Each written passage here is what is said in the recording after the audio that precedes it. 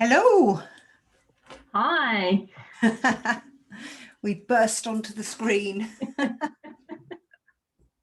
you want to introduce yourself, Tony? Yeah, so welcome everybody. So lovely for all of you to be here and giving up your Tuesday evening. So hopefully we'll make it worthwhile. My name's Tony Eastwood. I am the founder and CEO of an organisation called Quantum Vantage. We specialise in helping women get into and on in senior roles and particularly into construction. And I've been working with and around the construction industry since about 2004. So welcome.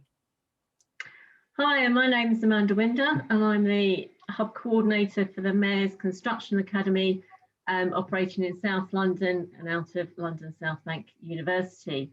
So my background is HR and training, and I've been working in the construction sector for around 20 years and love it. So hopefully, as Tony said, you'll find this interesting, beneficial, and we'll have some fun along the way, hopefully. So tonight we are joined by Ria Rathod, who works for Waits as a business development manager, Emma Gubbins, sustainability management trainee, also from Waits, and Lucy Coombs from who's working for Network Rail as a technical surveyor. So welcome to our panelists tonight. Just before we get going talking about the myths surrounding construction, just thought I'd give you as a bit of an introduction, talk about how women in construction isn't a new thing. Women have been involved in construction and the built environment actually since the 17th century, when Lady Anne Clifford was the first woman to take on an active role in a building project. So she controlled the designs and building programme for the improvements to her Westmoreland estate. Since then, there's been a number of women that have made their mark on the construction sector. So I'll give you a few examples. Sarah Guppy contributed to the design of Britain's infrastructure, and in 1811, she patented the first of her inventions, a method of making safe piling for bridges. In 1922, Irene Barclay became the first female chartered surveyor in Britain and was one of the key social reformers of the 20th century for her work improving housing conditions in the slums of St Pancras. And then in 1929, Amy Johnson, who you might remember as the first woman to fly solo from England to Australia, was also the first British woman to qualify as a ground engineer. So there's been significant women right the way through. During the war, Waterloo Bridge was built by 350 women during World War II, so it's also known as the Ladies' Bridge. So women have had significant impact in the construction sector and continue to do so today. So there are still a good number of women involved, some of whom we're going to be talking tonight. And also the chief exec at Build UK, Suzanne Nicol, is a woman. So we can do it. We just need more of us. So hopefully today, this evening, will inspire you to want to join us. Thank you. That's one myth busted. Yeah. There have been no women.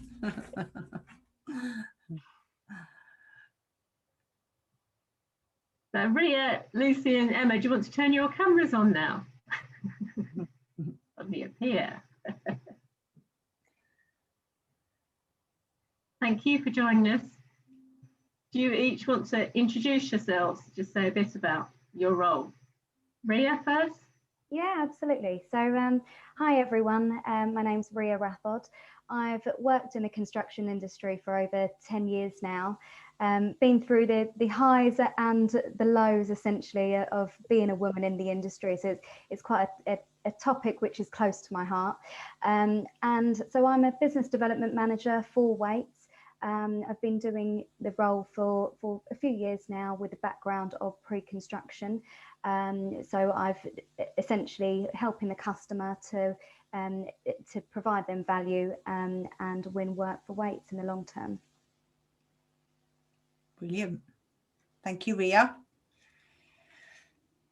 Lucy, would you like to go next? Yeah, so yeah, I'm Lucy. I've been working in property and construction for the last 6 years. I started in property management in an estate agency where I worked my way up. Decided that I wanted to do a surveying master's when I was doing that. And then I worked in electrical, plumbing and gas company. And I've recently got a new role as a technical surveyor with Network Rail. So on my journey really to become a chartered surveyor with them. Fantastic. That's brilliant. Well done. None of you look old enough to have been in for 10 years and Not like, yeah. like me. Emma, do you want to introduce yourself? Yeah. Hi, I'm Emma. I haven't been in the construction industry as long as both of them, but yeah, so it's been about 1.5 years since I started at Waits, and I am a sustainability management trainee. So that is essentially about making sure that we are delivering our social value commitments on our projects. And I love my role. It's very varied every day.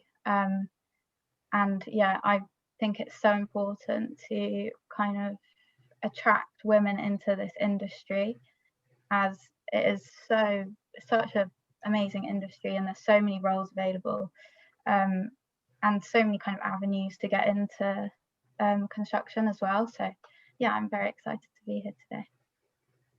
Brilliant. So for those in the audience who might not know what social value is, Emma, what is that? Yeah, so social value is kind of about delivering social, economic and environmental sustainable, like positive impacts to the local community. So if we were working on a project, say in London, we would, rather than just being a project that's building a building, we would want to kind of positively impact the surrounding community. So that might mean going to the local schools and doing some talks around working in construction, or doing site tours, or it can mean like impacting the local community positively in terms of environmental benefits, like making sure there's lots of biodiversity around the sites, lots of nature, green areas, kind of to make the local community like happy that this site is there and not causing any disruption. Okay, really interested. So you're working lots with residents and Yeah. people who might be affected by whatever construction's going on. Yeah. Excellent. That sounds great. And I think it was Ria, you mentioned something about pre-construction. So what do we mean by that for people who might not know the industry very well? Yeah, so essentially pre-construction is all about winning work for Waits. So exactly what Emma was speaking about just in relation to the social aspect, that forms a heavy part of pre-construction. So in our proposal back to a client, so essentially if a client had a hotel to build, for example, they would approach Waits, maybe a few other contractors, go through a procurement process, and we would essentially send a proposal back to the client with a lot of the parameters, meaning the cost, the program, buildability, logistics aspects, and touching upon the likes of what Emma's spoken about as well. Okay, interesting. And Lucy, so you're working for Network Rail. So what sort of things are you involved with in construction there? Because I suppose most of us, generally think construction's about building new buildings. Yeah. So how does that sort of appear in the rail sector? Well, I don't think a lot of people know how much land Network Rail actually own. So Network Rail own I think in there the top 5 biggest landowners across the UK. So it's not just railway stations and tracks that we own. We own so much land in between. And Network Rail is a public company, so essentially it's everybody's land. So I'll work in different portfolios. So I work within the retail team, which means that I'll help across the major London train stations.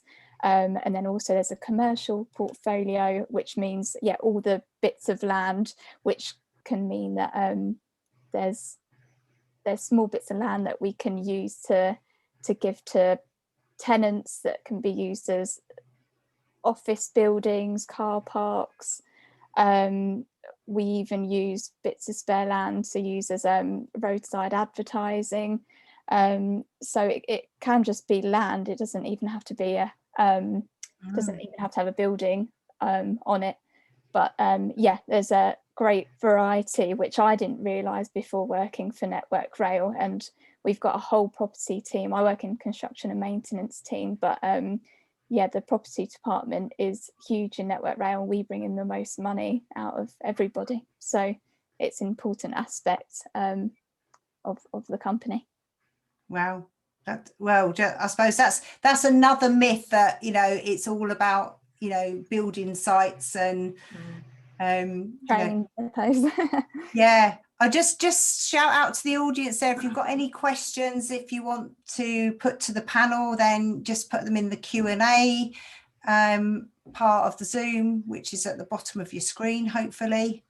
Don't be shy, we want lots of questions.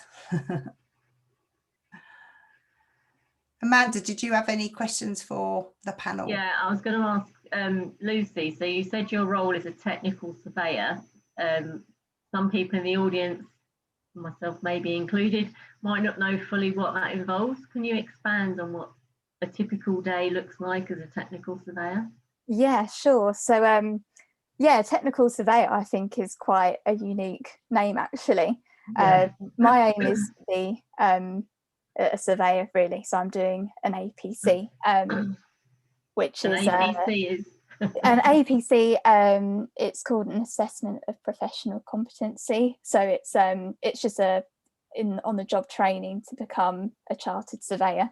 So that's one of my main aims for the next few years. But yeah, day to day, I would say Network Rail is all about compliance. So I help with different programs such as asbestos management programs to make sure that all our sites have got updated asbestos reports, making sure that we can gain the maximum income from our sites. So it's getting tenants into sites or property where we can try and make money really. So I help various different departments. I work on the Eastern team, so it's kind of coming from right from London all the way up to the borders of Scotland. So all the land in between there, then I help various teams. There's a lot of people and still a lot to learn. They say it takes about 5 years to probably get to grips with the basic elements of how Network Rail works. I've only been here for 4 months, but yeah, it's really exciting working for such a big company. There's so many different projects. So yeah, I would recommend more women to get involved in it. And Network Rail have that initiative to do it. We had 20 by 20 where it was wanting to get 20% of the workforce either being women or from minority ethnic groups. So they are actively wanting to find something different really, and a different way of thinking, and bring in a new culture to the company. And do you know what percentage they're at the moment? They were at 19% by the end of 2020, which was just down on their target. Yeah. But yeah, I think there's more targets now.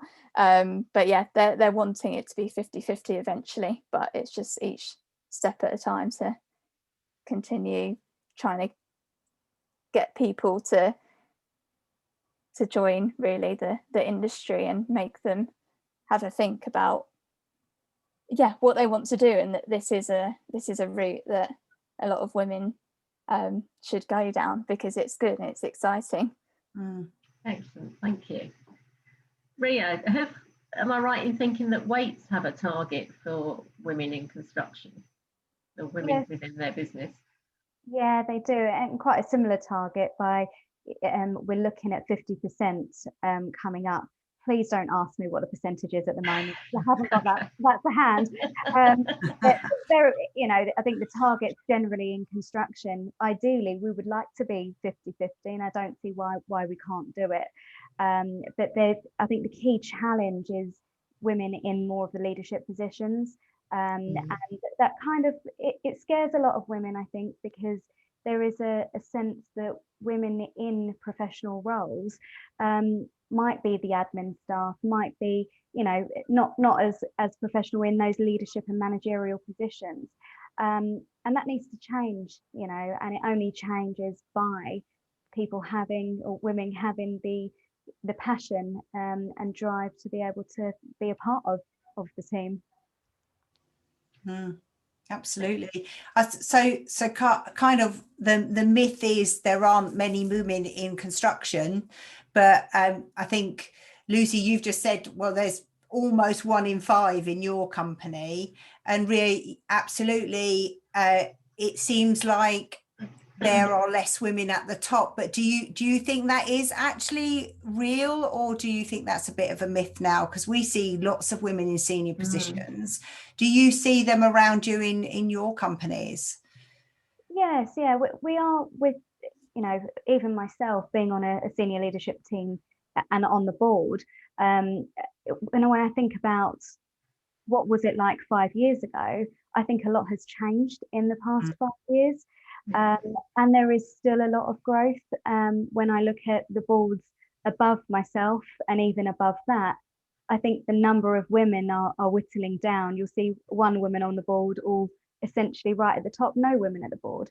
And yes, to answer your question, we still have a bit of work to do as an industry.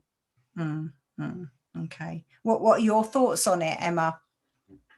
Yeah, I think within Waits, I think we're doing quite well. I think we've got some ambitious targets for the future around getting a lot of women into the leadership roles. I know we've got 1 woman at the moment on our board, and they're looking to get a lot more as the years go by. And I think it's interesting because I only started a year and a half ago, but I can see so much progress has already been made. And within my team, I think there is actually more women than men, which is quite nice, and it's definitely empowering to be surrounded by so many kind of strong women who are doing so well in their jobs and really making a difference.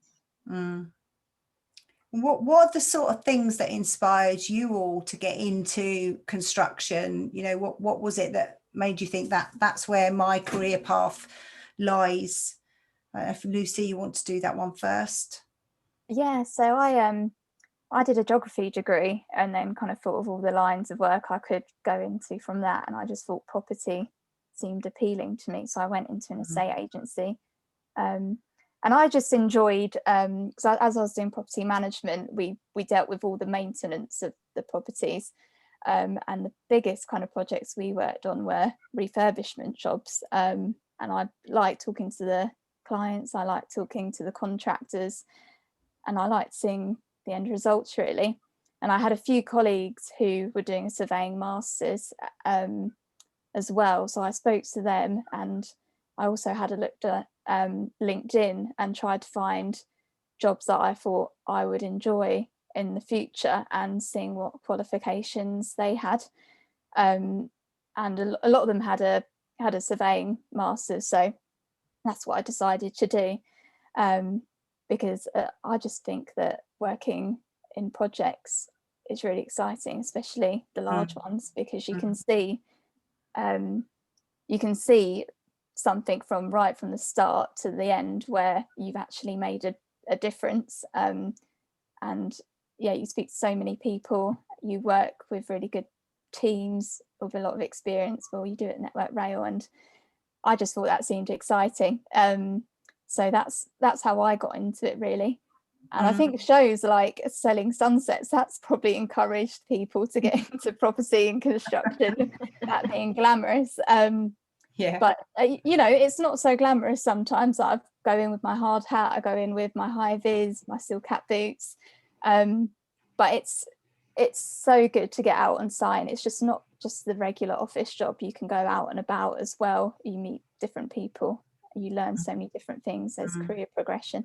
So yeah, that's why I was interested, and now I'm doing it. Then I'm reaping the rewards of the hard work that I did for study. So it was definitely worth doing. Yeah, and I think that piece that you say about career progression is, yes, there's lots of progression upwards in the industry, but you know, we've been working sort of in this area for quite a while, and there's over 150 different talent and skills pathways, so there's lots of progression around the industry as well. And we probably all know that it's one of the better paid industries, with average salaries of around sort of 44,000. So again, you know, lots of opportunity. How about you, Ria? What was it that inspired you? So I did take an academic route. So I just saw a couple of the notes at the bottom. So I had a degree in construction management, and that was the route I took forward. But the key thing that did inspire me, and actually I didn't realise this until I started to get myself out on sites, and actually started to work as part of a team and understand construction. And the key thing was, for me, was you're actually helping develop a city. You're helping develop a place. You're actually a big part of that community. And it's very visual. You get to see the development of it. So that was one of the key things for me. I think the other part is quite similar to what Lucy said about engagement with different people. As part of the work winning team, we work with architects, we work with structural engineers, we work with clients, we work with the supply chain. And I think the key importance there is that as a main contractor, you won't be anything without the rest of the team around you, and that's the external team. So I think that full collaboration, every day you're meeting someone different, and it's just exciting every day. So yeah, definitely. You can see you light up when you're talking about it. So yeah, I think you can feel the excitement. How about you, Emma? We've got a couple of questions coming in as well now. Yeah. So good. Yeah, so I also did a geography degree, same as Lucy. But I did see a question about whether a degree is the only option, and it's definitely not. There's so many avenues into construction. There's a load of apprenticeships, and yeah, just it's not just a degree you need. But yeah, so I did a geography degree because I was always really into geography. And to be honest, I didn't ever consider a career in construction. I don't know. I just didn't really know the different roles that were available. And maybe it's because I went to an all-girls school. I don't know. It just never seemed to be an option. But I think it's so important to be going to schools and kind of showcasing what is available, because I think a lot of young people are the ones who have these misconceptions around like construction being a male-dominated industry.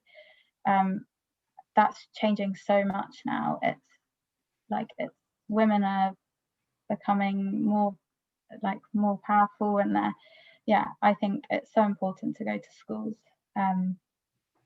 and show them the roles that are available in this industry.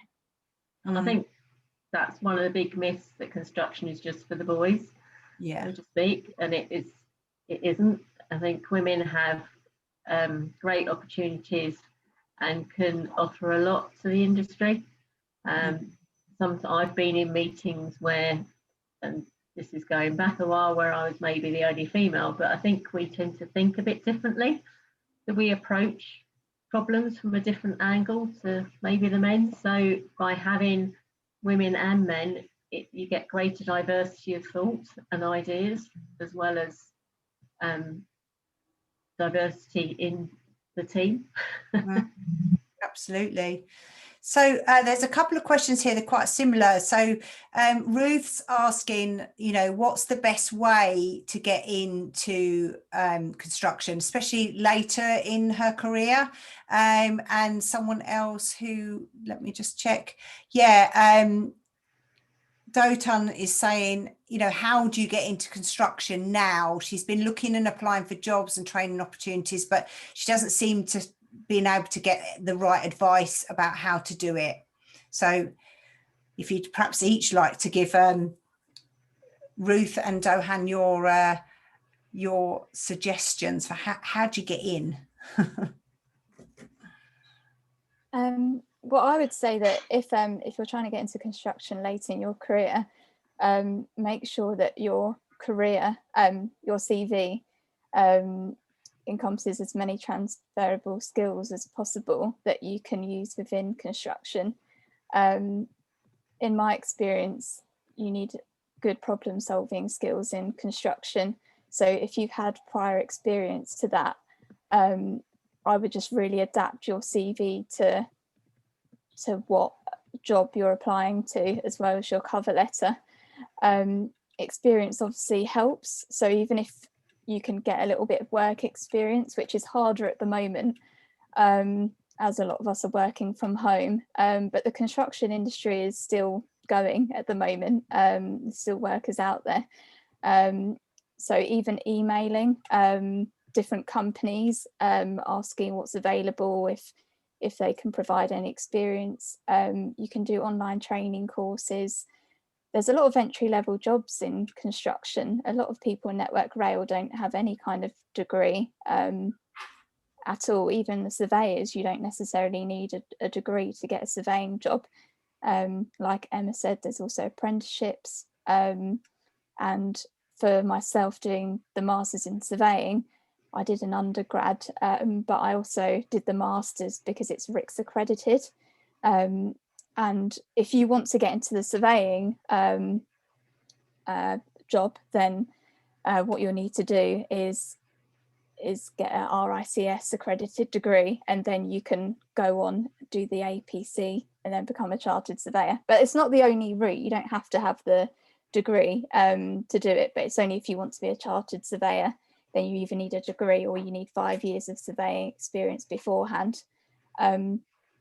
So there's lots of options out there, but I would just say if you don't have the experience behind you, just try and transfer everything that you have learned from past experiences and get in touch with as many companies that you can. There's so many: LinkedIn, Read, and try and use your network and people that you know, friends of friends, people that could potentially get you into a company. And you also have 6 more friends on here to link in with. So Sure. do that. Thank you, Lucy. How about you, Ria? What would your advice be? So construction is it's a vocational route, a career route. So there are loads of options, and I think even from apprentices to even helping out on site, if you contact some of the large construction companies, especially being a female, I think we need to realise that it is an advantage, actually, because we do want to encourage females in the industry, and especially within some of our large business and organisations. But actually contacting directly the careers part of the business, or whatever the email address is. I'm sure your Waits one is definitely online. And understand what the options are there. But taking a step back, I think what's really important, and actually it's probably you think, oh yeah, I thought about that, but actually really think about what you want to do in construction, what really drives you, what are your true values, and what do you like doing, because there are a load of opportunities out there, and the worst thing is you're stuck on site with steel toe cap boots, and that's not where you want to be, but you could be in an architect's office, or you could be doing X, Y, and Z. So I would say actually truly think about what your skills are and how they apply to what your career is destined to be. Great advice there, Ria. And Amanda's going to be telling you about a platform that MCA have, which is called Naturally Talented Me, which will actually, if you go on there, will help you to map your skills and attributes to all the different pathways in construction. So it's definitely a way of looking at one option of, you know, what area you might be able to focus in. Emma, how about you? Yeah, so although I kind of went through the graduate route to get into my job, in my trainee cohort there were a lot of apprentices and career changers. So they were a bit older and they had come from other jobs, which was really interesting. So even if you are looking to change your career, you can still apply for these trainee schemes across the construction industry. And yeah, I would say the same as Lucy, make sure you're kind of looking at all the jobs across all the websites. So LinkedIn is a really good one. Definitely make sure your LinkedIn profile is up to date and you're kind of connecting with people, like even attending kind of some things like this is really useful to gain some contacts. You can add us on LinkedIn. You can add me. But yeah, it's just making sure you're kind of communicating and getting your voice out there, I think, is definitely the main thing I would say. Absolutely. So there's a question here from Courtney who's saying, is it better to specialise? I think that's something that you said, Rhea, you might want to look at what you want to do when you're first starting in the industry, or to have general knowledge. Can I answer that? Yeah, of course you can. I think it's really important to have the general knowledge. It depends on whether you want a full career out of it. But the general knowledge sets the scene as to how important, for example, the surveyors link in with a project manager, that links in with a planner, general construction. How do these roles work together? And how do these roles on a particular project work with all the stakeholders? And I think that's a real important point, just to join the links. Technical knowledge, you don't necessarily need technical knowledge, depending on what role you go down. So, but that's another area to explore. Thank you. Emma, have you got any thoughts on that? Or sorry, Amanda. I was just going to add that I think one of the great things about construction is that you can come in at various different levels and still progress. So it doesn't matter if you start as an admin assistant or as a labourer, there's still opportunities to progress to 150 different roles. Absolutely. Sorry, stopped your flow. Emma? Yeah, I would say once you get into this industry, there's so many routes to get into it, but once you're in there, it's really easy to kind of work your way around. I know so many people who have changed careers. I know someone who was in the bid team and they came to our social value team and they love it here. So there's just so many opportunities to kind of find your feet. Yeah, I think it's a great industry. Thank you, Emma. And Lucy, have you got anything to add to that? Yeah, I would say that if you're unsure about what you would like to specialise in, then my advice would be to research the companies that you would love to work for, and then try in any way to get in, because I know that at Network Rail you can get into a team, but you can do secondments, you can speak to your manager about moving to different parts of the business. I was talking to my manager probably about a month ago, and we've got sites in Shoreditch where lots of film crews like to go to. So we've got like a media part of Network Rail where like the location teams for film crews get in touch, and then potentially I could ask to work in that team, which would be quite interesting. Yeah. But there's so many different avenues that you can get into. And I think the bigger the company, the more scope you do have to move around. So if you're not sure, I would probably advise to go for a larger company, and then you've got more scope to move and have different experiences. However, if you do know what you want to specialise in, then go for that fully, and do what you have to do to get into that specialist route, because it may be easier probably. If you do know what you want to do, then great, just go for that. But if you're not sure, try and get into a company that you would love to work for, and if it's a big one, you could potentially move around. Mm-hmm. Yeah, great advice. So there's a question here from not sure who, but it says she's interested in careers at school, and what can we do more to ensure careers teachers and regular teachers have up-to-date information about the industry and the opportunities? Shall I kick off with that one? Yeah, go on, Amanda. So I think within the construction sector and the wider sort of STEM subjects, there are STEM ambassadors, that stands for science, technology, engineering and maths, and a number of construction people become STEM ambassadors and then go into schools and do activities with the school children. So there's also a website where you can volunteer to go in to schools, so Inspiring the Future.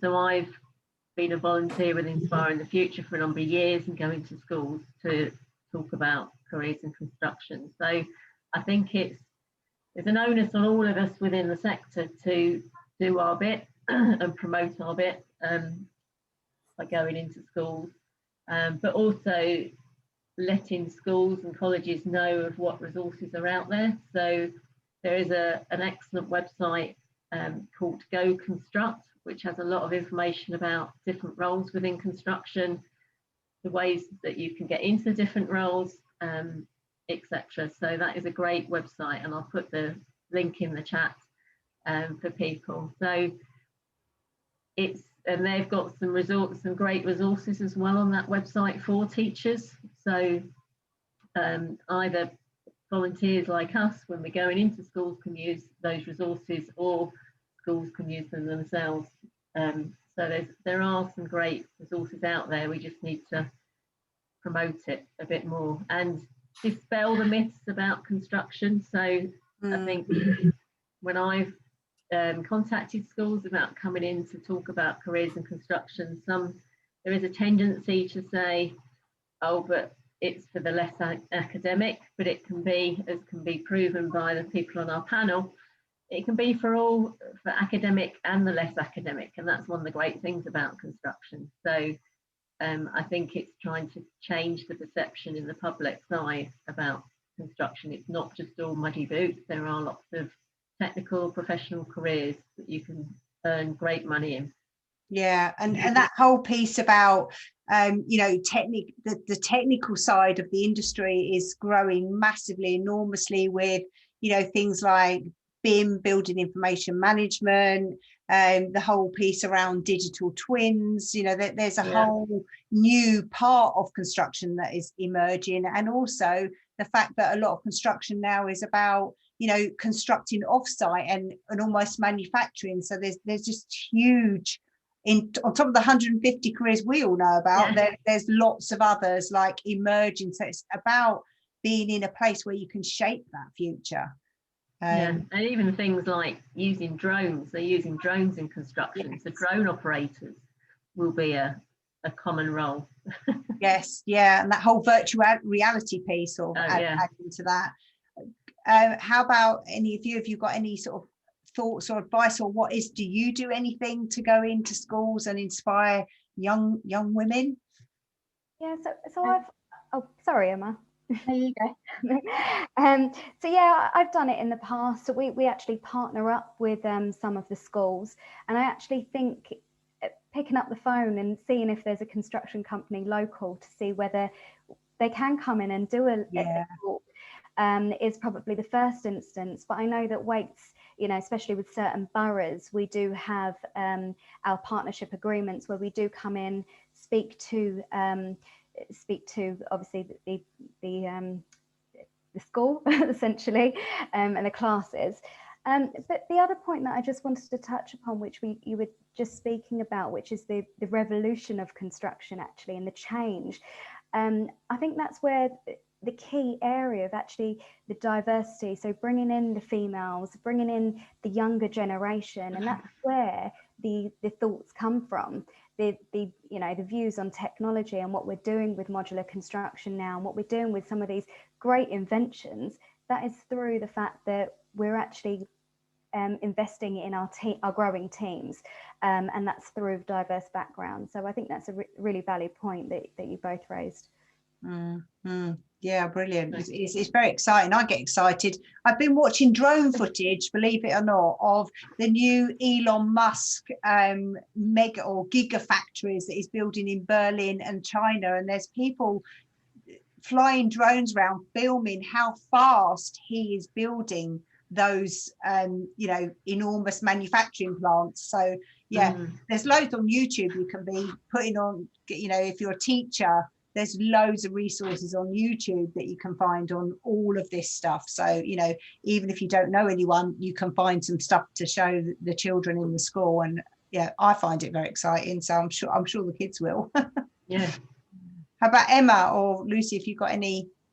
Yeah, I was just going to say, in my role, we do a lot of school engagement. So so we've actually worked with Go Construct to kind of showcase the material that they have for the schools. And I went with one of the community investment managers and a few other women who actually, with different roles within Wait. So there was one girl in finance and another one in bid, I think.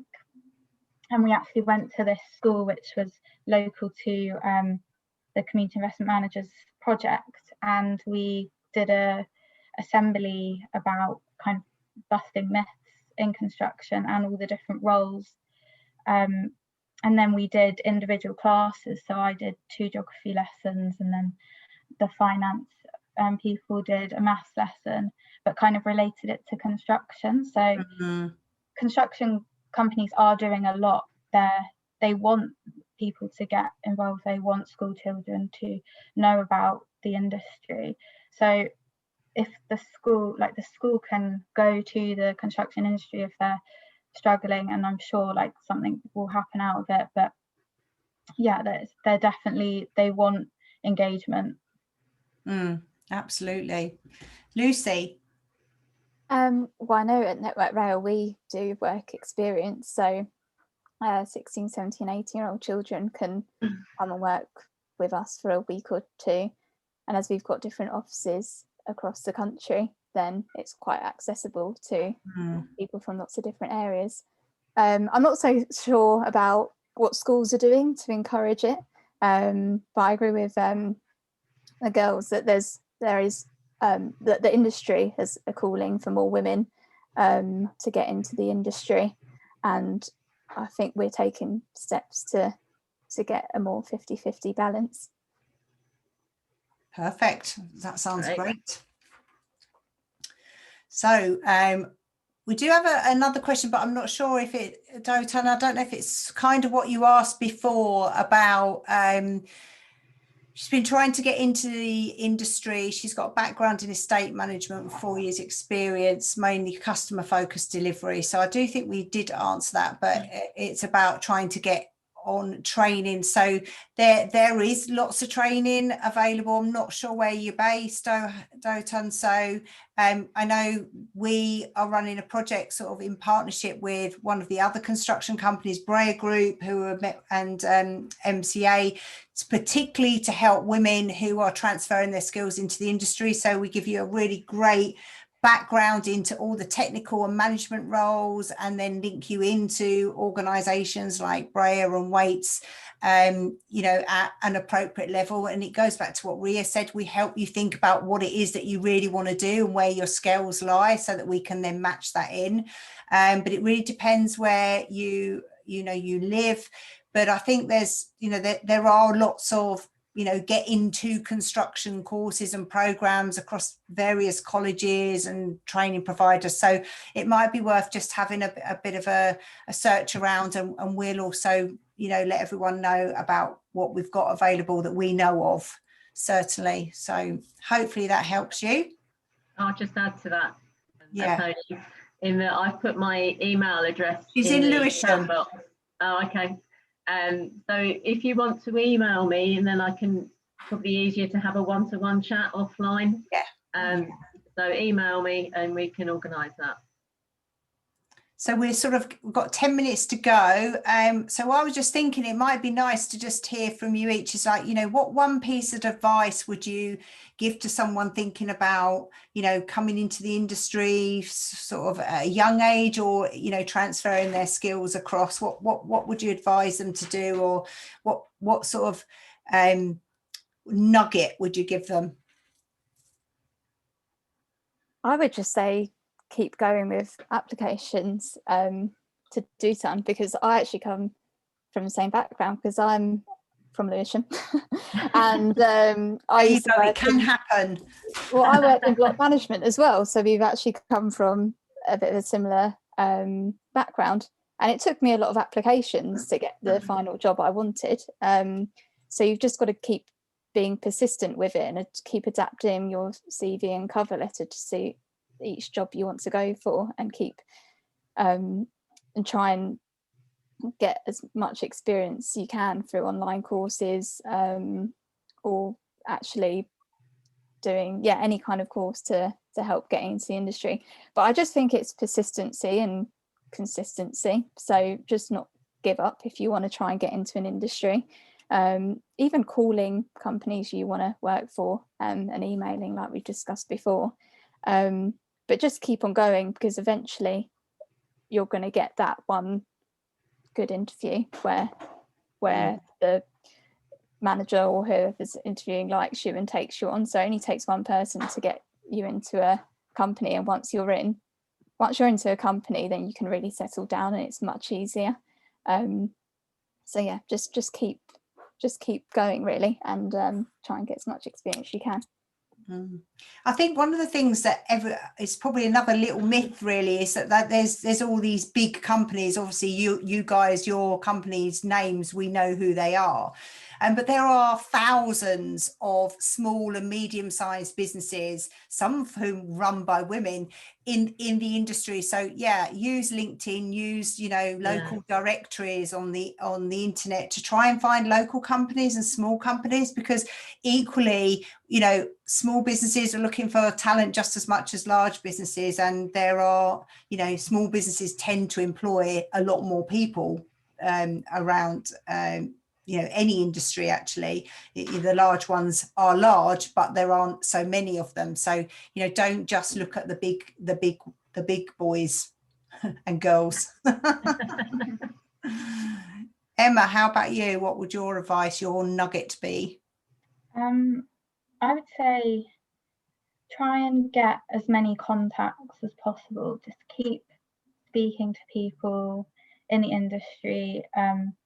Make sure you're like linking up with them, sending them emails, maybe ask for a phone call. Like, I remember when I was looking for a job, I was so nervous about phoning people. I hated it. But it's just what you have to do in life.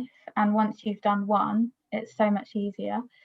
So I was asking my family, friends, if they had any contacts within the industry. And I was looking all around, not just construction. But it's tough, and I would say just keep going, like Lucy said. And yeah, set up alerts on your phone as well. That really helped me. So for every job centre, like Indeed, you can set up alerts for your email, and then it will come through with jobs that you are interested in. And so as soon as I saw one, I just go straight and apply for it. But yeah, that would be my main advice. Thank you, Emma. And Ria? One thing I'd say is taking it back and actually thinking about why you wanted to come on the call in the first place today. and think about what your key driver was and what you wanted out of that. And actually hold on to that, and then start thinking about what your next steps are moving forward, because there's opportunities for every single person on this call. There's opportunities for us growing, and I think it is a growing industry. We need more women, but also there's roles which are being produced every single day in the construction industry. So yeah, just keep going and really think about what you want to do and what's good for you. Yeah, I think that's an important piece of advice, really. It's being really clear about what it is you really want to go after, and then get really focused, because then when you're approaching somebody, you can convince them that that's what you want to do. Whereas if you kind of scattergunning and applying for, you know, a wide range of things with lots of people, you know, they get that feeling that that's what you've been doing. So get really focused on what it is that you want to do. And then go after that, and people you know, who are in that area. There's lots of women in construction organisations as well that you might join, and start networking with the people that you want to start working with, because you know, I think LinkedIn gives us the 4 degrees of separation instead of 6. So definitely a place to start looking around, and there's lots of groups that specialize in construction and engineering and architects and quantity surveyors, so it gets quite you know, focused and detailed even within the groups of interest. But start networking with people that you want to be working with, and don't be afraid to contact companies directly, as opposed to just waiting for them to advertise roles on Indeed or wherever. Yeah, absolutely. Okay, so thank you to our panelists. Tony mentioned earlier about Naturally Talented Me, and so the Meadows Construction Academy are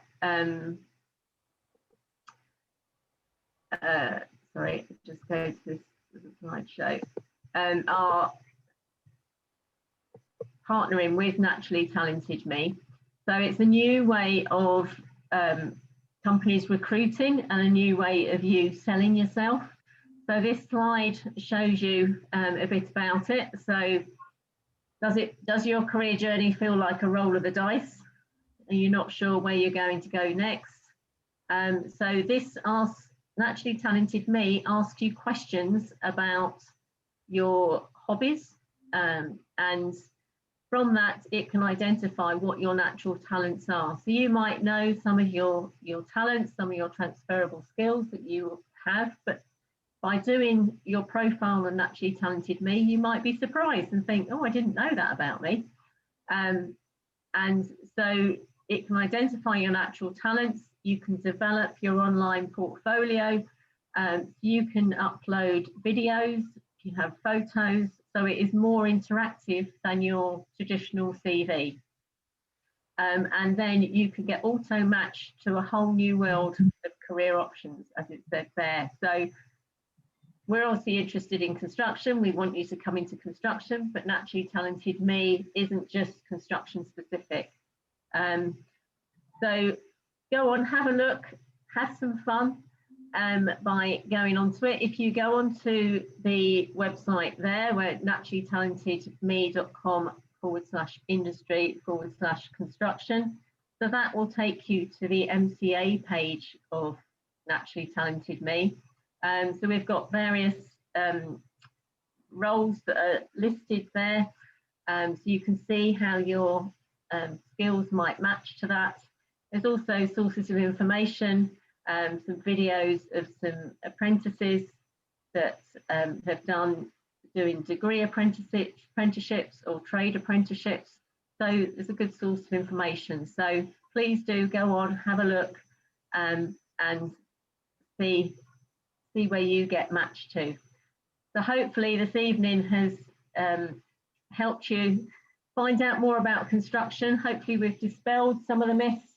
Hopefully you now realise construction isn't just for the boys, and women can do professional, technical and trade roles, not just admin roles.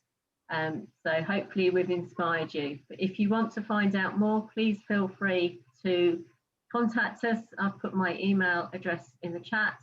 Find us on LinkedIn, and thank you very much for your time.